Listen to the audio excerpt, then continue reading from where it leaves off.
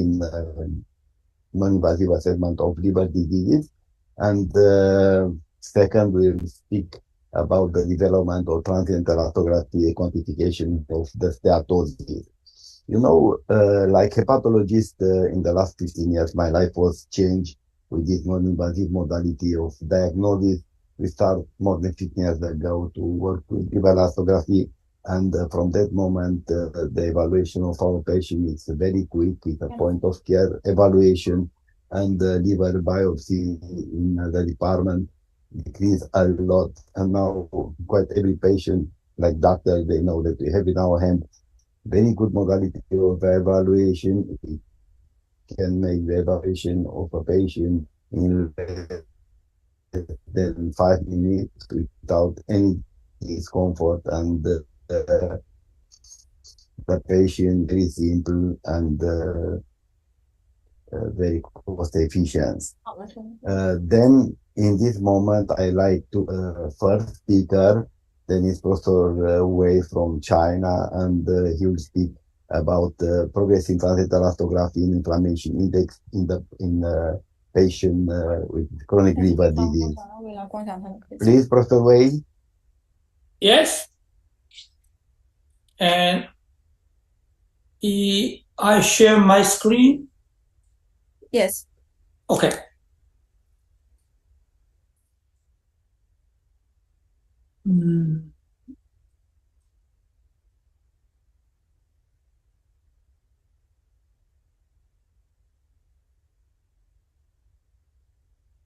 Yeah, and Chairman, Professor Puri, and the Chairman, Professor Sirna, and the Professor and the Bonini, and also in the Professor Lesmala, and your distinguished and guests and professors and the audience.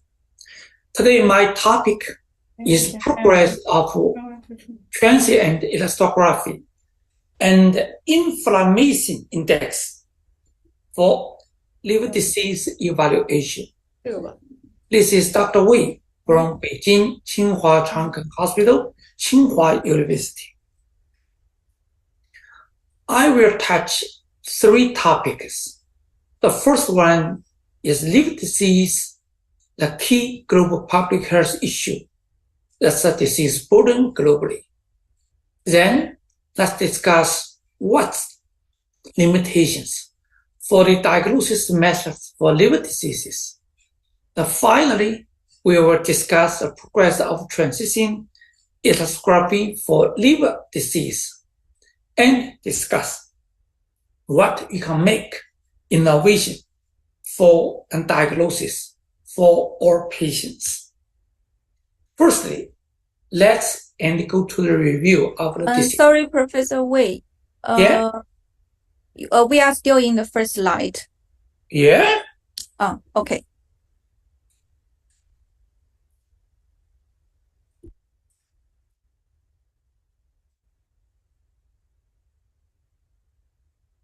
You can see a map? Not yet. I think you can share your desktop directly. 就分享您的桌面，应该是分享，就是我们这边看的还是第1页。Okay now. It's fine? Yes. We come to the map, the slide with map. It's fine? Yes, now. Okay. Now okay. Low okay? Here now it's okay. Okay, how? Let's continue. Okay. And let's review the disease burden. And firstly, I would like to raise an example, NAFLD.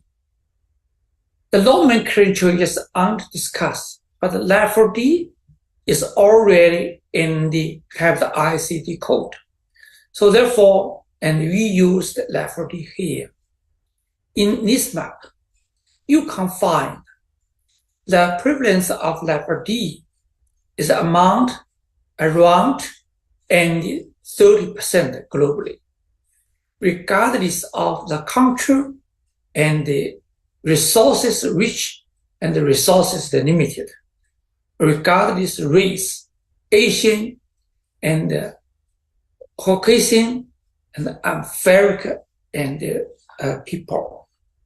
So therefore, the NAFD has a big impact on the liver disease burden and globally.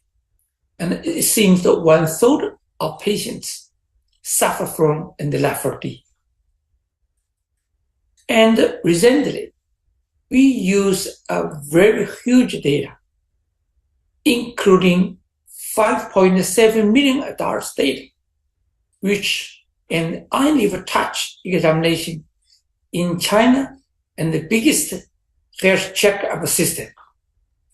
In this data, we can find around.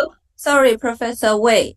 I think we are still in the map slide. So maybe you can try to change the. Yes, now it's okay. Okay. Try more slides to see if we can together with you to see the slide changes. Yeah. Is fine? Yeah, that's better. Okay. Okay, let's go. So, and in this paper, you will find and around 44% and the people and has the steatosis. And what is more, and 10% with a severe steatosis. And what is important is, in this data, we already have and around 3% with advanced fibrosis and 1% for cirrhosis. So even and there's so many high incidence of the cirrhosis, but the previous data already show us NASH may increase the risk of the liver cirrhosis in the future, and its amount 22 times compared to general population. In these slides, in the right side, you can find the different country and it has the different reports rate of the NAFD in hepatocellular carcinoma. So we can note in Asia country, such as in India, it's pretty high, up to 38% NAFD related HCC. So therefore, NASH will develop to cirrhosis, even hepatocellular carcinoma, if we did not give the treatment and the intervention. In addition to NASH or NAFD, we also have a growing etiologies of the incident liver cancer globally. Here, you can find, in addition to NASH, we also have the alcohol, hepatitis B, hepatitis C, and others, and incident liver cancer from 2010 to 2029. So therefore, we have a few of the etiologies increased the HCC incidence in the future, in which NASH is the fastest growing etiology of incident liver cancer cases globally. What is important and what is small? The liver cancer is the major cause of death in many countries. And in this study, you can find about 46 countries have the liver cancer ranks among top 3 causes of cancer deaths. And meanwhile, and around 1 million people were diagnosed with liver cancer, in which 803,000 people died from the liver cancer. And so we can know the number of people diagnosed with or dying from the liver cancer and globally increased by more than 55% between 2020 and 2040. If current rates do not change So the efforts to reduce the incidence of the preventable liver cancer should be prioritized to avoid predicted rise in people diagnosed with the liver cancer. And because of those, we know that liver disease burden, including increased NAFLD, NASH, and instance of the related cirrhosis and HCC, make liver disease burden and significantly. So what we can do in this area? Let's discuss what we already achieved and what is the limitations of diagnosis methods for liver diseases. Firstly, let's review the natural history of the liver disease. You can find any etiology can injure the liver, then the liver will develop to hepatitis. About 5 years in the period, and 12% to 25% will develop the fibrosis. In this stage, if we give the patients and the care and inhibit of the etiology, maybe the fibrosis could be reversible. However, if we did not give the care and the intervention of progression will take time. The patients and disease will develop to cirrhosis. The cirrhosis patients will develop to liver failure in 20 to 30% and in 5 years. Meanwhile, and in which in cirrhotic patients, about 6% to 15% will develop to the hepatocellular carcinoma within 5 years. In this stage, it's irreversible. So therefore, it is obviously early diagnosis and early intervention for liver diseases are important to reverse liver disease. So, an early diagnosis, the early detection is very key important for liver hepatitis or fibrosis, because early detection can provide a better intervention before disease progression to an irreversible stage. So let's go to the NAFLD firstly. NAFLD has the main mechanism, and in which metabolic dysfunction is the key point. And however, today, what we have to know is, in other liver disease, most of HCC patients developed from cirrhotic patients. Unfortunately, NAFLD patients and may be developed to hepatocellular carcinoma bypassing the cirrhosis. I mean, NAFLD-related hepatocellular carcinoma is associated with the high proportion of patients without cirrhosis. So the low surveillance in this population than other cirrhotic patients make it in the low screening and the low early detection. Actually, we have few clinical evaluation methods for liver disease.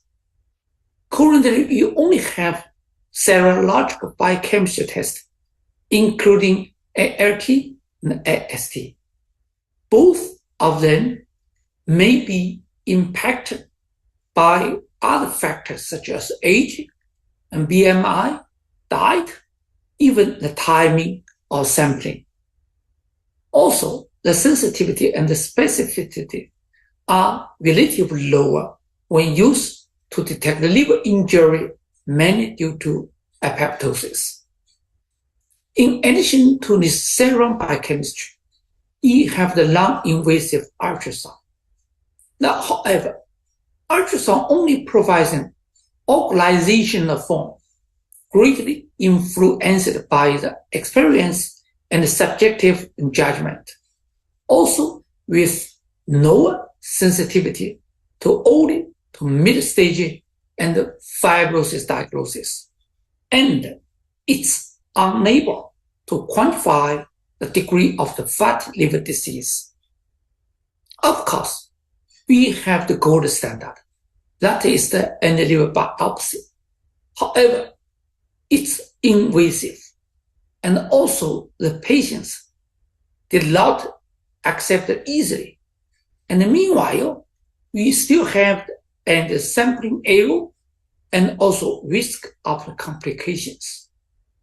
So, because of this, and we have to know both in the biochemistry and ultrasound, make the disease in the colon referral pathway is not inadequate. So therefore, the disease would have been missed by the colon pathway and based on biochemistry and ultrasound methods. So in the future, we need the new way and the new methods, new strategy for future of clinical diagnosis. For new pathway to stratify chronic liver disease in the general population in the primary care setting. So what we can do based on OR and the eye-liver touch. So let's go to discuss the progress of the transition elastography for liver diseases. As you know, transitional elastography is non-invasive diagnosis for liver fibrosis and steatosis. Actually, for liver fibrosis, we use liver stiffness measurement, that's so-called RSM. We using the ultrasound to track the shear width and propagation to judge the stiffness of liver that reflect the degree of the liver fibrosis. Regarding steatosis, we use the ultrasound attenuation parameter, UAP, because it can reflect attenuation changes of liver caused by the fat accumulation in liver tissue. Therefore, it reflects the degree of the liver steatosis. And because of those, many guidelines already recommended to use transition elastography to diagnosis. Therefore, the transition elastography has become the preferred non-invasive diagnosis method for liver fibrosis and cirrhosis. Also, regardless of the etiology and the kind of the liver disease, including viral hepatitis, non-alcohol fatty liver disease, autoimmune liver disease, and the primary cholangitis, cirrhosis, and also even the patients with diabetes. Recently, the released Barbados 7 also and recommended transitional elastography is a reliable way for evaluating portal hypertension based on the five steps from 5 kiloparameters to 10, 15, 20, 25. And we can easily stratify the patients, the stadium. And if the patient is less than 10 kiloparameters and the PASPA is low more, we can exclude the compensated advanced chronic liver disease. However, if the liver stiffness is higher than 15 kilo and Pascal, we can assume the patients with compensated advanced chronic liver disease. And also, even we can use the N25, assume the patients with chronic and significant portal hypertension. So therefore, the transitional elastography and can cover all stages of the liver disease evaluation, including and excluded compensated and advanced chronic liver disease, and also assume compensated advanced chronic liver disease, even the clinically significant portal hypertension. So it's used for covered all stages of the liver diseases. So how about in general population, in healthy individual? Because WHO and the recommended stratification for patients to help more and provide care setting to screening chronic liver disease in general population. Actually, the ISO guideline always and give recommendation for the primary care and the diabetology clinic. In this flow chart, you can find that if the patient's at risk for chronic liver disease, that it is recommended to check for liver risk factor, including metabolic syndrome and other etiology, also family history, and then test AST, ALT, GGT, ALP, and platelet count. And also for the patients with viral hepatitis and other causes of chronic liver disease or chronic sign advanced liver disease process, you refer to a liver clinic. Meanwhile, in this way, we evaluate a metabolic coefficient or alcohol and calculate the FIB-4. If the FIB-4 is low risk, we just give the follow-up in primary care setting and also suggest the patient's lifestyle modification.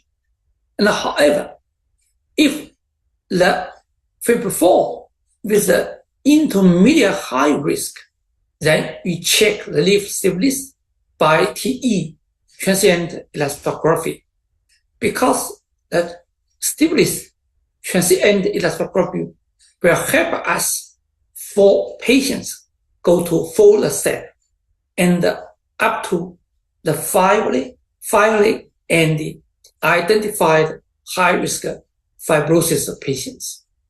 So therefore, in this pathway, the transient elastography is the key steps for our stratification for our patients. So the question is raised whether liver stiffness measurement with the high consistency with the liver biopsy for fibrosis. Here, I would provide an example. In this study, totally including the 412 patients with HBV, that these patients was evaluated diagnostic performance of the liver stiffness measurement and compared with the liver biopsy as gold standard. Then we can find in this and AUROC, it shows us the different color with the different and the methods. The green color indicated liver stiffness measurements. The virgin indicated the FIB-4, and the blue indicated the APRI. From this picture, it's not difficult for us to find. iLiver Touch has a high successful rate and good and reliability in staging liver fibrosis in patients with chronic and hepatitis B. Also, for the severe patients, I mean for the patients with the risk of esophageal varices and bleeding. We also have some data for liver stiffness measurement and the liver and the stiffness spleen diameter to platelet score. And in this study, you can find And regarding the AUROC for predicting and presence and the grading, severity, and the bleeding, the full and die wave is also very sensitive. So usefulness of the liver stiffness measurements in clinical for evaluate varices and esophagus varices bleeding is very useful in different cut-off. Also, we have some data from our surgeon and colic. Our surgeon colic used and missed stiffness and to predicting post and the hepatoresection of the liver failure. As you know, some patients with the hepatocellular carcinoma may be developed to post-operation liver failure and after resection. So, however, it will be important to evaluate the liver function and before the operation. In this study, you can find that prediction and sensitivity is achieved 94%, and specificity is also 67%. So therefore, it seems conclude liver stiffness measurements could be helpful for surgeons to make therapeutic decisions in patients with hepatitis B-related hepatocellular carcinoma and resection. And in addition to the stiffness and the steatosis, Chinese colleagues already did exploratory study to develop the inflammatory parameters by using radiofrequency data. According to the measurement results and radiofrequency and data acquired from the eye liver touch, a totally and 18 ultrasonographic features could be obtained with different timing, gain the compensation, and labeled as the P1 to P18 based on the intensity, attenuation, and scattering characteristics of ultrasound signals. Because this method take advantage of the radio frequency data, they are reduced inflammation loss. We get more information. Second one, application information on organizational microstructure characteristics is difficult to get in ultrasound machine. Third, is to preserve structural differences between the organizations. Actually, it's very difficult and for the previous and the machine. So, therefore, based on these parameters, we can obtain the quantitative ultrasound score. And in this data, they used in the patients with the biopsy and also plasma CK18, CK30 in the lab test to develop the new score, the quantitative ultrasound score. And actually, the new score, quantitative and ultrasound score, is derived from the radio frequency data and also had a good discriminatory power and the calibration and the capacity for identifying lash. And so therefore, we think it's a useful course and to guide the risk stratification of patients with NAFLD. So today, I will discuss and provide the all planning to request your advice how and what we can do in the next stage. We propose we can have a real-world multi-center cohort validation to support the use of the quantitative ultrasound in the clinical practice. So the planning is here. This is designed for an international multi-center real-world study to evaluate the diagnostic performance for liver Q box parameters for liver inflammation patients with the LAFD. And this is a multi-center, cross-sectional, prospective, and retrospective study.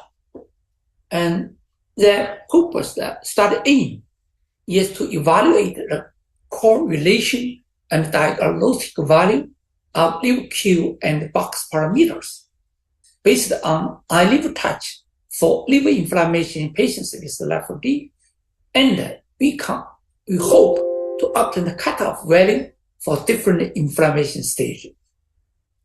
And meanwhile, we have a few of the secondary and the objective. They are to evaluate the correlation between the liver Q box parameters and the metabolic effect, such as fasting blood glucose, fasting insulin, HOMA, IR, and blood lipids and profile. Also, to establish a liver Q box parameter combined with the other indicator diagnostic models to evaluate the diagnostic value of the hepatitis or NAFLD patients. And third, based on the newly established diagnostic model, explore the new model of health management in the process of disease in patients with the LAFD. And for the study, we hope to cover China, Spain, Italy, and Japan. So therefore, including in the Asian also and the Caucasian. In China, we have the needs and the hospitals, and more will be invited. And also, and we will invite the hospitals from Spain, Italy, and Japan. So we request your advice and also your suggestion. And when we conducted this study, we based on a test report and including liver stability mission, and also the steatosis mission, and also liver inflammation and the index. So this non-invasive assessment of the liver fibrosis, steatosis, inflammation in one test. We hope is helpful for our patients. Regarding cross-sectional, retrospective study, and the prospective study, we have the list and the study flow chart to share with you. And for the retrospective study, the inclusion of patients, and we set up the inclusion criteria, exclusion criteria, and also we get the previous historical data. Meanwhile, we will conduct a prospective study and to know much and for our patients. And finally, we collect the data and did the analysis. And to achieve the goals, the first one, to evaluate the correlation and diagnostic value of liver Q box parameters based on eye liver touch for liver inflammation in NAFLD patients, and obtain the cutoff value for different inflammation stage. And second, and to obtain the correlation between liver Q box parameters and metabolic factors, including fasting insulin, HOMA, IR, and blood lipid and profile. So I concluded, and ladies and gentlemen, and the left alcohol fatty steatosis, then non-alcohol steatohepatitis is an advanced stage of the LAFD, may be developed to cirrhosis and the hepatocellular carcinoma, one of the major causes of the liver cirrhosis and the hepatocellular carcinoma globally. And the traditional detection methods are not effective in diagnosing old liver disease. Therefore, they are prone to missing the optimal treatment opportunity. Because of this, we need new methods, new strategy to detect the old inflammation. So the preliminary and the data show us the inflammation index carried by eye liver touch is good. So therefore, we hope to and have the more validation by international multi-center study based on transitional electro